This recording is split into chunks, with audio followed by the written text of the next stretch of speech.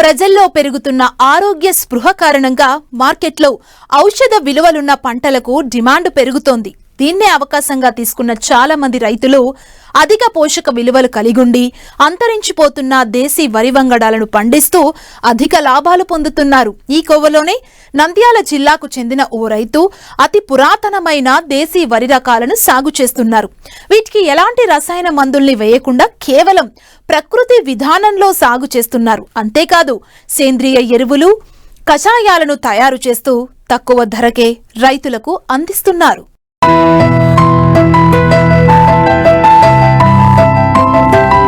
మారుతున్న పరిస్థితులకు అనుగుణంగా ఆహారపు అలవాట్లు కూడా మారిపోతున్నాయి. అందులో పోషకాలు అధికంగా ఉన్న ఆహారాన్ని ప్రజలు ఇష్టపడుతున్నారు. దీంతో రైతులు కూడా అధిక పోషకాలు ఉన్న పంటల సాగుకే ప్రాధాన్యమిస్తున్నారు. ఇందులో భాగంగానే చాలా మంది రైతులు సేంద్రియ విధానంలో పంటలను పండిస్తున్నారు. ముఖ్యంగా అంతరించిపోతున్న దేశీ వరి రకాలలో అధిక ఔషధ గుణాలు ఉండడంతో మార్కెట్లో కూడా మంచి ధర పలుకుతుంది. దీంతో రైతులు దేశీ వరి రకాలను సేకరించి సాగు చేస్తూ మంచి ఆదాయాన్ని పొందుతున్నారు. ఇలా సాగు చేస్తున్న వారిలో నంద్యాల జిల్లా గోస్పాడు మండలం జిల్లెల గ్రామానికి చెందిన రైతు బాల మద్దిలేటి ఒకరు. తన 10 ఎకరాల్లో అంతరించిపోతున్న అతి పురాతన వరి రకాలను సాగు చేస్తున్నారు. ఎలాంటి రసాయన మందులను వాడకుండా కేవలం సేంద్రియ ఎరువులనే వాడుతూ పంట పండిస్తున్నారు. ఇది పుంగారు వెరైటీ. పుంగారు అంటే మనకు మహిళల్లో వస్తే పిల్లలు కాని వాళ్ళకు సమస్య ఉంటే వాళ్ళకు పుంగారు రైస్ ఉపయోగపడతాయి. స్త్రీకి గర్భ సంచి సమస్యలు ఉన్నా, స్త్రీకి ఏ సమస్యలు వచ్చినా ఈ పుంగారు రైస్ తింటే పిల్లలు కాకపోయినా ఇది ఉపయోగపడుతుంది. ఆ యొక్క అత్యంత పోషక విలువలు ఉన్నాయి కాబట్టి ఈ రకం వేయడం అయింది. ఏ మందులు గిందులు అవి వాడాల్సిన అవసరం లేదు. అంటే ఈ ఎరువులు కానీ ఈ జీవన ఎరువులు కూడా వాడాల్సిన అవసరం లేదు. నాటేసి కలుపు తీస్తే అదే పండేస్తుంది. కొంచెం ఒకసారి 2 సార్లు కషాయాలు కొట్టుకున్నా పండుతుంది. చాలా ఈజీ అయిన వ్యవసాయం ఇది. ఇది తక్కువ సమయంలోనే పండుతుంది.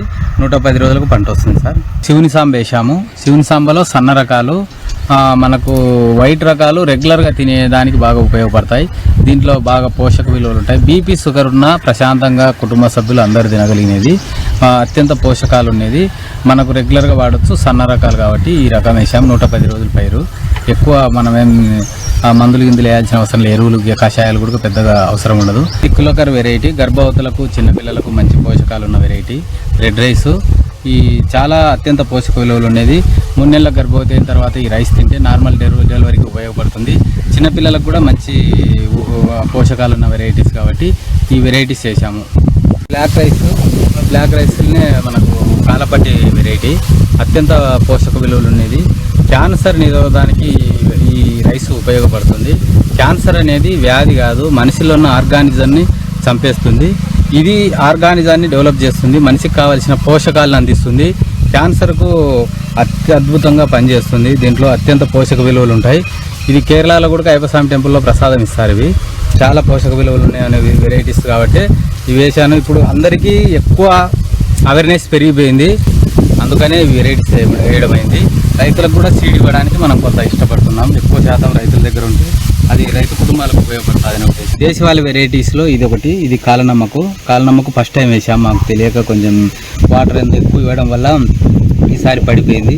కాలనమ్మకు చాలా పోషకాలు ఉంటాయి, అత్యంత పోషక విలువలు ఉన్నాయి. తమిళనాడు విత్తనము, చాలా ప్రాధాన్యత గల విత్తనము. ఇది ఒడ్లు వచ్చేసరికి బ్లాక్ ఉంటాయి, రైస్ వైట్ ఉంటుంది. సెంటెడ్ వెరైటీ, మంచి సువాసన భరితంగా ఉంటుంది. దీంట్లో అత్యంత పోషక విలువలు ఉన్నాయి. మన పూర్వీకులు ఇది బాగా ప్రాధాన్యతగా వాడేవాళ్ళు. కాలనమ్మక అనేది బుద్ధుని కాలం నుంచి ఉండేది. బుద్ధుడు మన దేశానికి నుంచి వేవేటప్పుడు ఈ రైస్ ఇచ్చాడనేది కొంత వాడక ఉంది. రైతులు ఆరోగ్యంగా ఉండడం, భూమిని ఆరోగ్యంగా ఉంచాలనే ఉద్దేశంతో ప్రకృతి వ్యవసాయం చేస్తున్నారు రైతు మద్దిలేటి. తానొక్కడే కాకుండా తోటి రైతులు కూడా ప్రకృతి వ్యవసాయం చేసే విధంగా ప్రోత్సహిస్తున్నారు. ఇందుకోసం దేశీ వరి రకాల సీడ్ బ్యాంక్ ఏర్పాటు చేశారు. వీటితో పాటు నవధాన్యాల కిట్లు, పెరటి తోటల కిట్లు, బీజామృతం, ఘన, ద్రవ జీవామృతంతో పాటు జీవన ఎరువులు, కషాయాలు తయారు చేసి తక్కువ ధరకి అందిస్తున్నారు. మనం ప్రకృతి వ్యవసాయం చేయడం ప్రధాన ఉద్దేశం 2 రకాలు. ఒకటి రైతును ఆరోగ్యంగా ఉంచడం, రెండోది ఒకటి ఈ భూమిని ఆరోగ్యంగా ఉంచడం, ఈ పరిసరాలను ఆరోగ్యంగా ఉంచడం. భవిష్యత్ తరాలు వ్యవసాయం కొనసాగించాలంటే రైతులు ఆరోగ్యంగా ఉండాలనేది ప్రధాన ధ్యేయంగా నేను వ్యవసాయం చేస్తున్నా.